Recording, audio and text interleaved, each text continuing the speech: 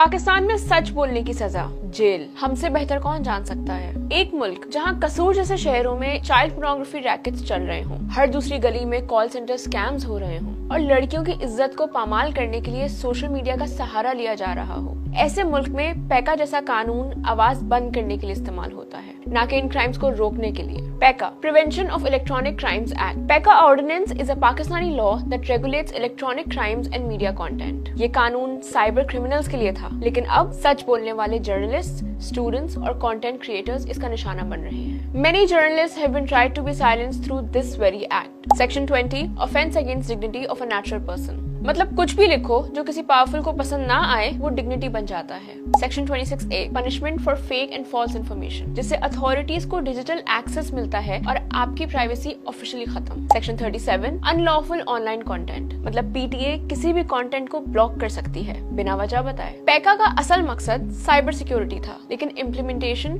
सिर्फ सेंसरशिप बन गई है। लॉज होने चाहिए लेकिन क्लियर, फेयर और ट्रांसपेरेंट। एक वायरल पोस्ट, एक सच्चाई पर बेस्ड वीडियो और आप और मैं जेल के करीब। ना अपील, ना प्रोसेस, सिर्फ silence. Journalism is not a crime, लेकिन इस कानून के जरिए हमें क्रिमिनल बना दिया गया है।